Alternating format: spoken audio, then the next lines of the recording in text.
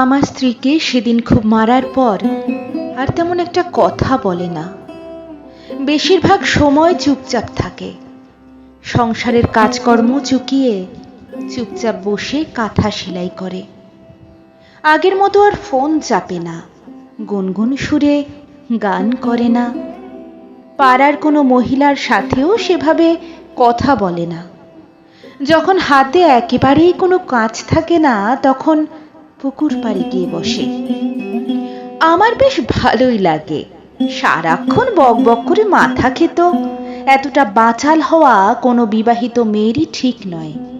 তাই ভাবলাম শুরুতেই ডগা ছেটে দিই। তাই সেদিন দিলাম কয়েক ঘা বসিয়ে। সেদিন অর্পি শুধু নির্বাক হয়ে তাকিয়েছিল।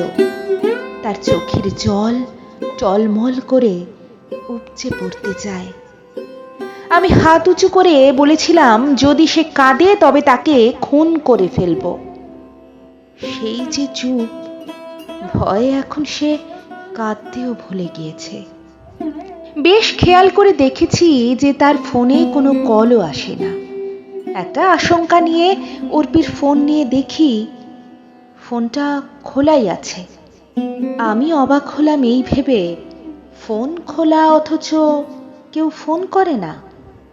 অবশ্য ফোন করবে কে? বাবার বাড়ির থেকেই কোনো খোঁজ নেয় না, তার আবার অন্য লোক। কয়েকজন বান্ধবীর সাথে দেখতাম নিয়মিত কথা বলতো, এখন তাও বলছে না। কল লিস্ট এবং সেভ করা নম্বর চেক করে দেখি সেখানে শুধু আমার আর আমার আত্মীয় স্বজনের নম্বর। ব্যাপারটা বেশ ভালোই লাগলো। বিয়ের পর মেয়েদের নিজের বাপের বাড়ির সাথে অত কথা কিসের? বেশ তৃপ্তি নিয়ে সেদিন ঘুমোতে গেলাম। ঘুমের ঘুরে বিছানাটা ফাঁকা মনে হলো। হুট করেই জেগে দেখি পাশে অর্পি নেই। মুহূর্তেই ঘুম উধাও। বিছানা ছেড়ে উঠে গেলাম। ঘড়ির দিকে তাকিয়ে দেখলাম রাত 3টের কাঁটা ছুঁয়ে গেছে। ঘর ছেড়ে বারান্দায় এলাম, সেখানেও অর্পি নেই। পাশের কামরায় উকি দিয়ে দেখি জানালা দিয়ে সে আকাশ দেখছে। ঠিক বুঝতে পারলাম না, ঘোরতর অমাবস্যার রাতে আকাশে দেখার কি থাকে।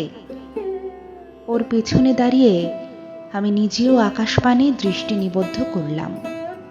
অজস্র তারায় আকাশটা কেমন সেজে উঠেছে। তারার অস্পষ্ট আলোতেও প্রকৃতি সত্যি মোহনীয় সাজের দ্যুতি ছড়াচ্ছে। যারা এই আকাশ দেখেনি তারা বুঝবে না এর কি দুর্নিবার আকর্ষণ। অর্পি আকাশ দেখায় এতটাই মগ্ন যে আমার উপস্থিতি তার অনুভবেই আসেনি। আমি কিছু না বলে পেছনের পা পেছনে রেখেই শোবার ঘরে ফিরে আসি। ঘরে এসে কিছুতেই মন টিকছে না। মেয়েটার উপর হয়তো অবিচার করা হচ্ছে। খুব মন খারাপ করে থাকে আজকাল। যা বলি শুধু তারই উত্তর দেয়। যা বাজার করি তাই রান্না করে।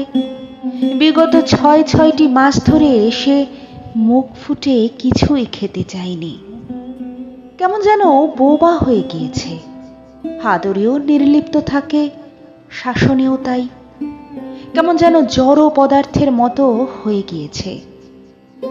খাঁচায় ভরা পাখির মতো মাঝে মাঝে ছটফট করে সে। তবে কি অর্পি মুক্তি চায়? মনটা খুব খারাপ হয়ে গেল। সারা দিন শেষে ও তো শুধু বান্ধবীর সাথেই কথা বলতো।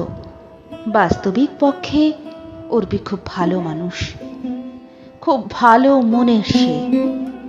তবে ওকে হারাবার কিসের ভয় আমার? তবে কি আমি সন্দেহবাতিগ্রস্ত? না, আর দেরি করা চলবে না।